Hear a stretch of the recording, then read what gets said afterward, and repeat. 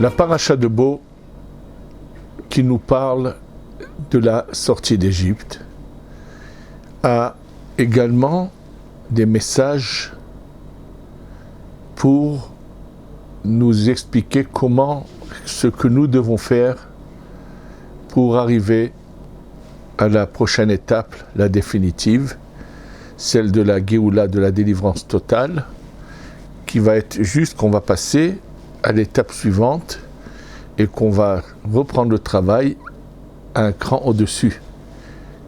Il ne faut pas imaginer que c'est du repos, c'est pas du tout ça. Être au service d'Hachem, être au service de Dieu, le sera toujours, mais à quel niveau nous allons le faire? C'est ça tout le sens de la future délivrance.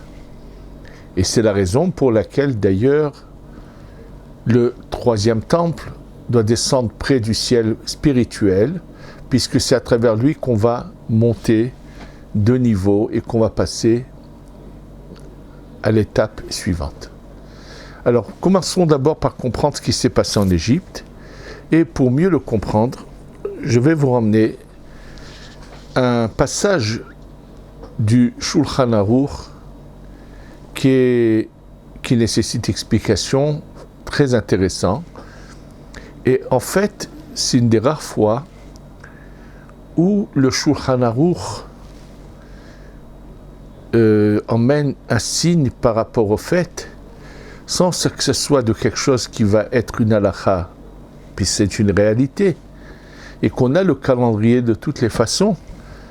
Chose très surprenante, pourquoi le Shulchan Aruch a ramené cela, et ce qu'il a ramené se trouve, l'origine vient d'un livre qu'a écrit Rashi apparemment à la fin, après avoir tout son commentaire sur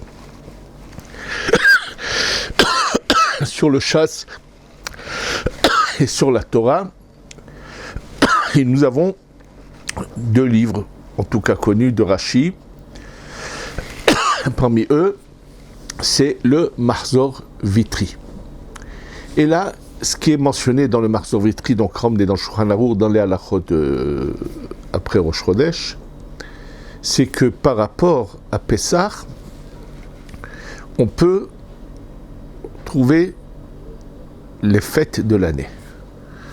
Je vais m'expliquer tout de suite. Par exemple, cette année, Pessah va tomber lundi soir, c'est-à-dire le premier jour de Pessah, c'est un mardi. Et on va aller dans cet ordre-là de cette année, on va comprendre. Alors le Shulchan Aruch, bien sûr, prend une formule d'échange de lettres qui sont mentionnées un grand nombre de fois dans le Talmud, utilisé par Rashi, utilisé par énormément de commentaires, qu'on appelle At, Bash, Gar, Dak, Atzvaf, qui veut dire, je prends la première lettre qui est le Aleph et la dernière lettre, donc j'ai Aleph, Tav, At. Deuxième lettre et l'avant-dernière, Bet et Shin, donc At, Bash. Troisième lettre et avant-dernière, Gimel, Resh, Gar. Je vais dans cet ordre-là, c'est-à-dire je vais du début des lettres et vers la fin, je vais à reculons. Et le Dalet, c'est la lettre qui lui correspond, c'est le Kouf. Le He, c'est le Tzadi. Le Vav, c'est le P. Zayin, c'est le Aïn. Le Het, c'est le Samer. Le Tet, c'est le Nun. Le Yud, c'est le même. Et d'ailleurs, selon cette formule, elle est utilisée énormément de fois dans beaucoup de domaines, mais entre autres dans la Kabbalah, quand on échange les lettres du nom de Dieu, de Yud, du He, du Vav et du He, on obtient même Tzadi, Petzadi, et c'est un des noms de Dieu qui est utilisé dans certains domaines de la Kabbalah, qui a un sens. En tous les cas, avec cette formule de lettres, le Shulchan Aruch qui ramène le Mahzor Vitri, donc livre écrit par Rashi, nous dit que Aleph, Tav, premier jour de Aleph c'est 1, donc premier jour de Pessah, dans la semaine, toujours Tisha B'Av tombera à l'encontre de ce jour. C'est-à-dire, je vous ai dit, premier jour de Pessah, cette année, ça va être un mardi. Si d'ici le mois de Av, nous n'avons pas encore eu la Géoula, la délivrance avec le Mashiach, dans ce cas, Tisha B'Av, le 9 du Av qui s'écrit Tisha avec un tav au départ, tombera également mardi. Voilà, donc, At et dit, continue, le Shulchan Aruch a dit, Vesimaner est le signe pour t'en souvenir, Al Matzot, Omrurim, Yochlu. Le Korban Pessah, le sacrifice, l'agneau pascal, devait être mangé, c'est marqué, avec des matzot et du maror. Mais le maror vient de l'amertume. Donc il nous dit, sache que dans cette délivrance, il nous fait comprendre qu'il y a une amertume. En fait, ça vient de Rashi tout cela. Et c'est quelque chose qui est surprenant. Et pour bien se souvenir de cette amertume qui est cachée dans Pessah, le soir de Pessah, dans le plateau où nous plaçons les 3 matzot, et au-dessous des 3 matzot, nous avons à droite et à gauche, où on doit mettre des aliments en souvenir de l'agneau pascal, mais également en souvenir du korban chagiga, du sacrifice de la fête. C'est-à-dire que l'agneau pascal était mangé une fois qu'on est rassasié. Avec quoi on pouvait être rassasié?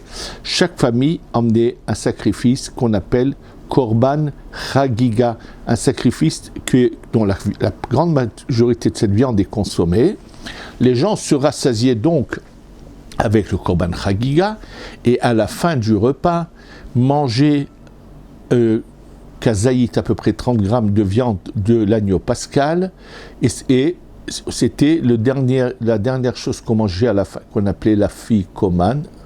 C'est apikou man, c'est quelque chose qui vient finir le mot, sortir de. Donc, après ça, on ne mange plus. Et comment sont-ils représentés dans le plateau? Alors, l'agneau pascal est représenté par de la viande. Mais le sacrifice de la fête, le korban chagiga, est représenté par un œuf dur. L'œuf dur représente le deuil. C'est-à-dire que dans Pessah lui-même, nous nous souvenons qu'il y a, malheureusement, qu'on n'a pas la délivrance totale.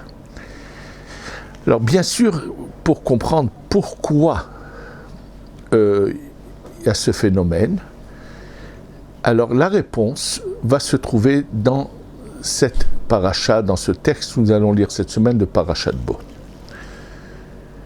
Dans la paracha de Bo, le mot chipazon, précipitation, est mentionné plusieurs fois. La sortie d'Égypte s'est passée dans la précipitation. Et par contre, la délivrance à venir, que nous espérons, dans le livre de Yeshaïa, chapitre 52, verset 12, où il est dit l'inverse. Lob ki lob behipazon tetseu. Ça ne se passera pas dans la précipitation. Donc, ça veut dire que la précipitation nous a causé, dans un certain sens, du tort. Nous le savons qu'ils sont sortis précipités, puisque les Égyptiens viennent et ne veulent pas qu'ils restent. Ils les obligent à s'en aller. Et d'ailleurs, dans le cours de la semaine dernière, on a expliqué que c'était la volonté de Dieu qui les oblige à s'en aller. Il ne restera pas un seul juif en Égypte. S'il n'y aura pas le choix, la possibilité de vouloir rester en exil. Ceux qui ont voulu rester en Égypte sont morts dans les jours où il y avait les ténèbres. C'est pendant cette période-là que sont morts une grande partie des Hébreux qui étaient en Égypte. C'était tous ceux qui s'étaient accommodés à l'exil et qui ne voulaient pas sortir. Alors déjà, on peut constater que cette précipitation est à double tranchant, puisqu'il y a une limite, ceux qui ne veulent pas n'existent plus, sont détruits, et tout le monde doit partir d'un coup. Mais le problème, la question qu'on devrait tous se poser, qu'ils soient partis dans la précipitation, ça se comprend. Mais pourquoi ? Lorsque Dieu dit à Moshe Rabbeinu d'enseigner comment ils devront manger le Korban Pessah, et là, qu'est-ce que Hachem lui dit ? Donc, il lui dit, voilà, tu leur dis quel est l'agneau pascal, comment ils devront le faire. Mais une fois qu'il leur dit comment devra être fait le Korban Pessah, il leur dit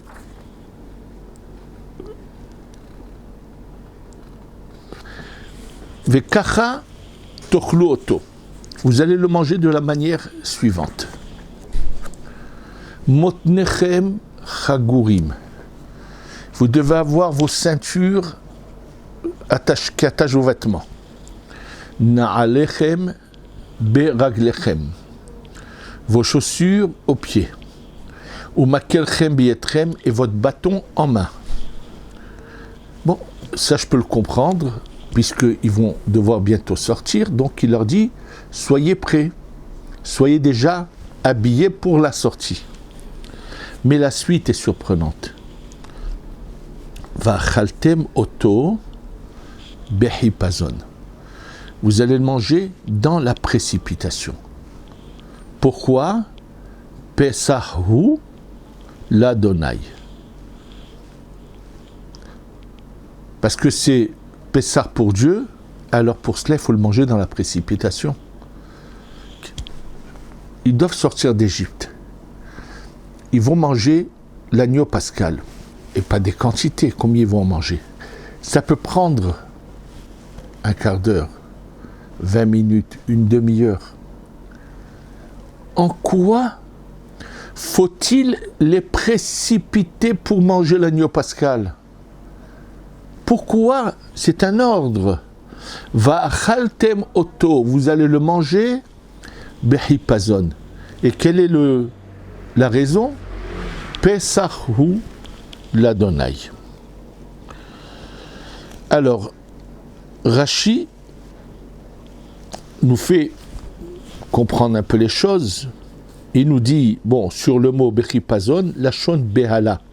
Quelqu'un qui perd le nord parce on le prend en surprise. Il faut le manger comme ça.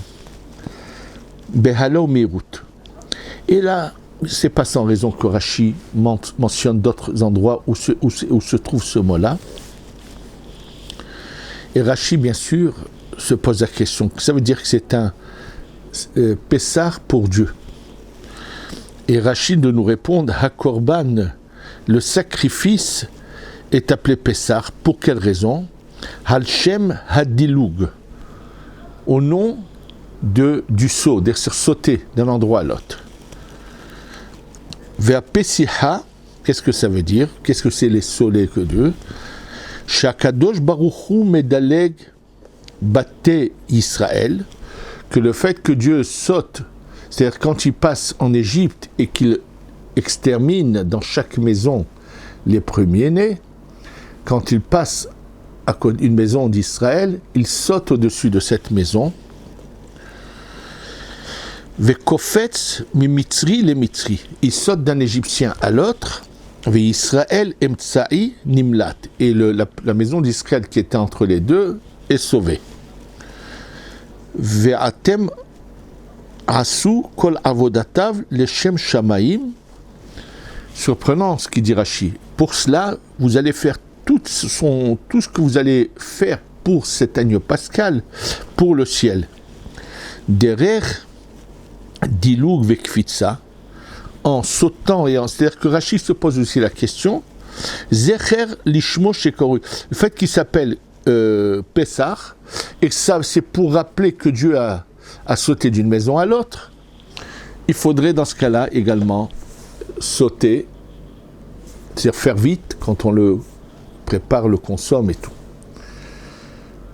Il est évident que Rachi a voulu faire allusion à quelque chose, mais qui reste quand même assez obscur. Celui qui en parle, c'est Rabbi, le Béné Issachar, Rabbi Tzvi Elimelech de Dinov, le neveu du Noam Elimelech, dans son livre qu'il appelle Igra Dekala, mais malheureusement, il nous met le lot à la bouche et il s'arrête. Il a des raisons, mais je vais vous dire tout de suite ce qu'il veut dire. Et il s'est bien sûr posé la même question. Pourquoi fallait-il que le consommé mangé, le Korban Pessah, devait également se faire Bechipazon? Alors, il dit que ça veut dire Pessah ou l'Adonai. C'est le sacrifice de Pâques pour Dieu. Qu'est-ce que ça veut dire? Il dit Diloug ou l'Adonai. Il dit c'est un saut que Dieu fait. Qu'est-ce que ça veut dire? Gadlut kodem katun bedelchnes. Je vais vous expliquer ce que ça veut dire tout de suite. Alken tochlotos, c'est pour ça que vous le mangerez bechipazon. Et il dit Hamaskil al davar, celui qui a compris, Yavin comprendra, Vidom et se taira. Ça veut dire qu'il fait une petite allusion, mais pas plus. Alors, d'abord, qu'est-ce qu'il a voulu dire? Ça va quand même nous éclairer un peu. Pour comprendre la sortie de Pessah, je vais donner un exemple qui va nous aider un peu à la comprendre. Imaginez-vous, c'est déjà arrivé, je connais un cas où un enfant est né dès sa naissance dans le coma. C'était un cas où la maman devait aller accoucher à la maison et il y a eu des problèmes, des complications. Donc le fœtus, le bébé a manqué d'oxygène. Le temps qu'on l'emmène à l'hôpital, le manque d'oxygène a fait que cet enfant sorte dans le coma. Et d'après ce que je sais, je pense qu'aujourd'hui il doit avoir 25-30 ans, il est encore dans le coma. Juste que le père m'a dit un jour, qui est un ami à moi, que lorsqu'on a pris son doigt à cet homme qui est aujourd'hui dans le coma depuis sa naissance, et qu'on a réussi à dialoguer avec son âme, puisque lui il est dans le coma, il a été vraiment surpris d'entendre cet enfant lui dire, qu'aujourd'hui un homme, lui dire « j'aime beaucoup quand tu étudies à côté de moi », et lui a même donné son opinion sur un sujet que le père étudiait. Bref, il y a eu vraiment des choses très surprenantes qu'il y a eu dans le lien, dans le contact qu'il y a eu. Imaginez-vous que ce monsieur-là se réveille, et voilà que à son réveil maintenant, il a 30 ans, il connaît toute la Torah, c'est un adulte, mais il a sauté sur son enfance. Il n'a pas eu d'enfance. C'est-à-dire qu'il n'a rien acquis par son labeur. Il se réveille maintenant à 30 ans, et voilà qu'il connaît la Torah. Il ne pourra jamais être fier de connaître si bien la Torah, puisqu'on lui a donné en cadeau du ciel, et qu'il s'est jamais fatigué pour cela. En fait, la sortie d'Égypte, c'est un peu cela. L'âme du peuple d'Israël ne vient pas avec une grossesse, une enfance, mais d'un coup vient ce qu'on appelle la gadlout, la grandeur. Et c'est ça qui est à double tranchant. Ce qui fait qu'ils sont adultes en sortant, et peu de temps après, moins de 2 mois après, ils reçoivent la Torah. Mais comme cela leur a été donné en cadeau, alors quel était le double tranchant? C'est que tous ceux qui n'avaient pas envie de quitter le Galout, qui n'avaient pas envie de quitter l'Égypte, n'ont pas reçu ce cadeau ont été exterminés. Premièrement. Deuxièmement, c'est qu'ils sont devant une épreuve où ils pensent que Moshe est mort, puisqu'ils voient même son cercueil en haut, et malheureusement, ils tombent dans l'idolâtrie la plus totale. Si ce niveau spirituel auquel ils étaient arrivés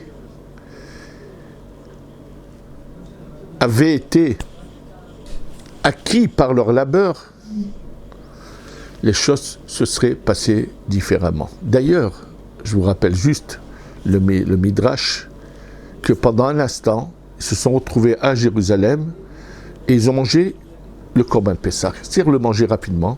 La consommation de cet agneau pascal a fait que leur corps se détache de toute l'influence néfaste des Égyptiennes qui étaient en eux, et d'un coup, ils sont des tzadikim, c'est-à-dire que même leur matière s'est sanctifiée, purifiée, mais d'une manière miraculeuse par la consommation du Corban Pessah.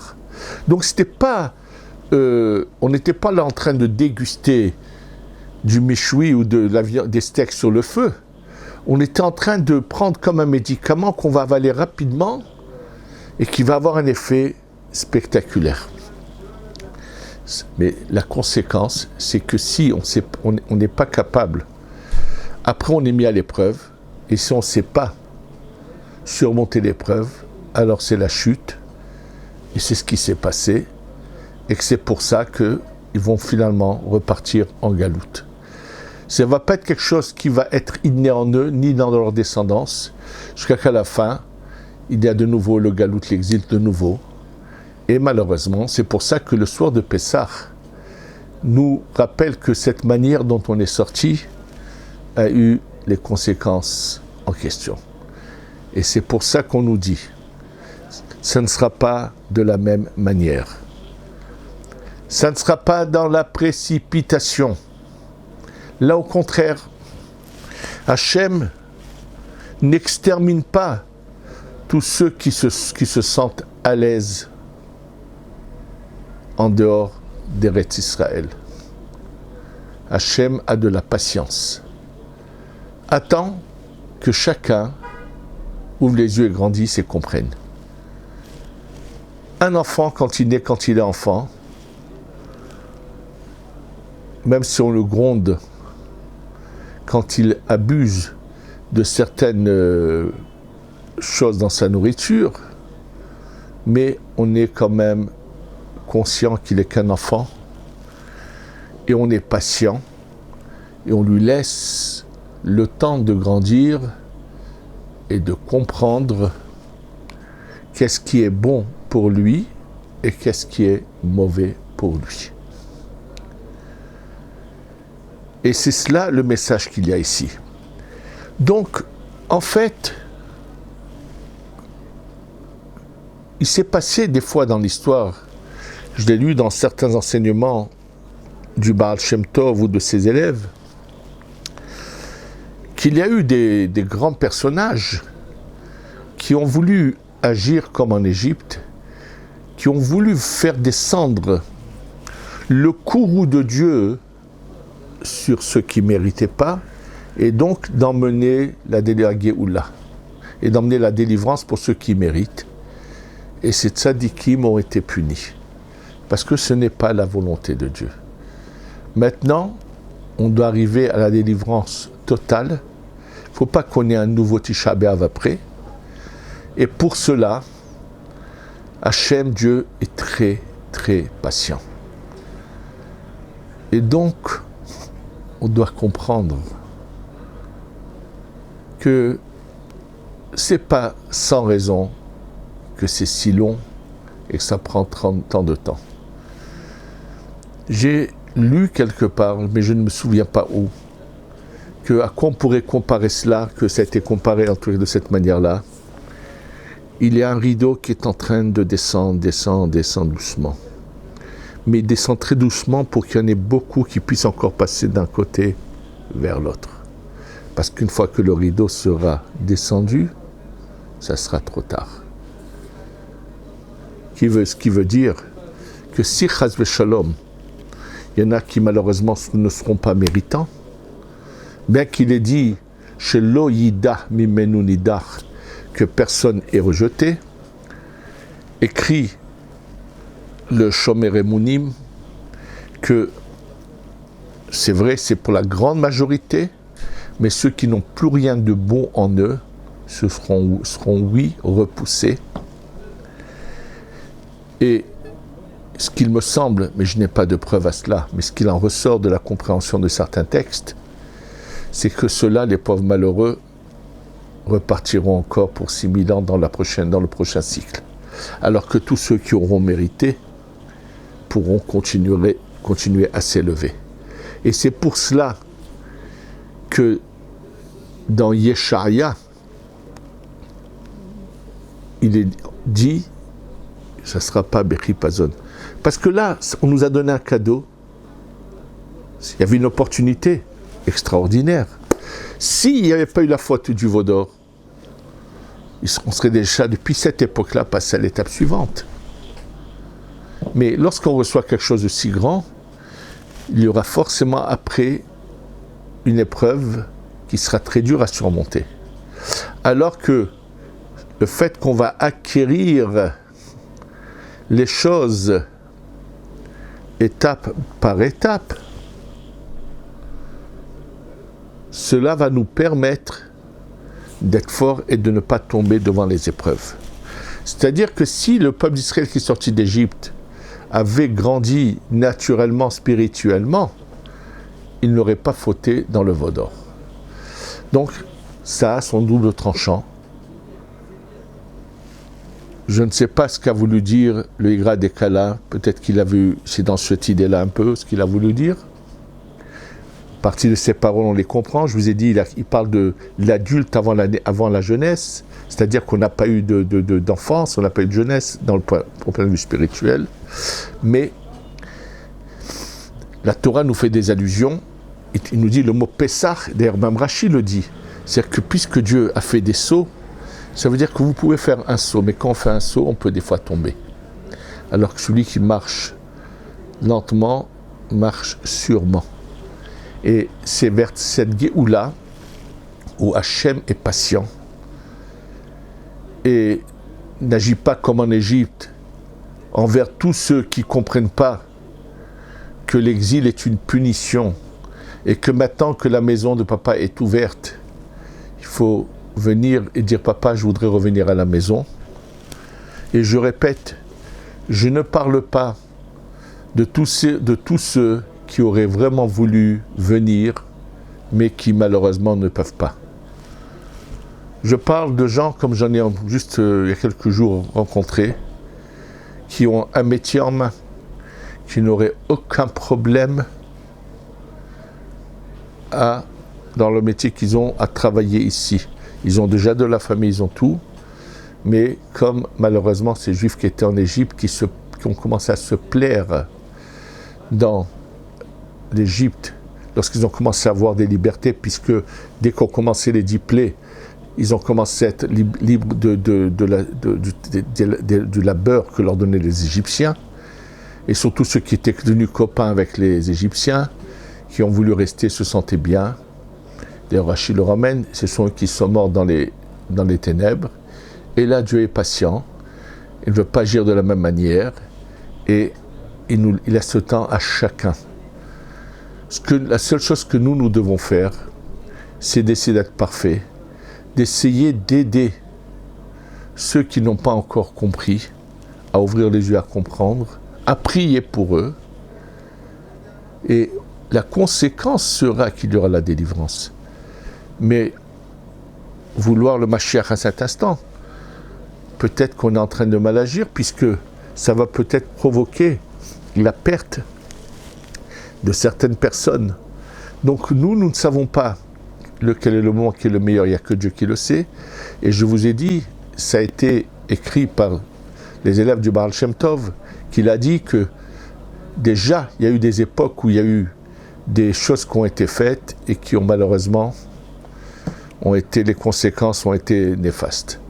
qu'Hachem nous aide à bien le servir et qu'on ait enfin la Géoula Shlema. Amen ve Amen.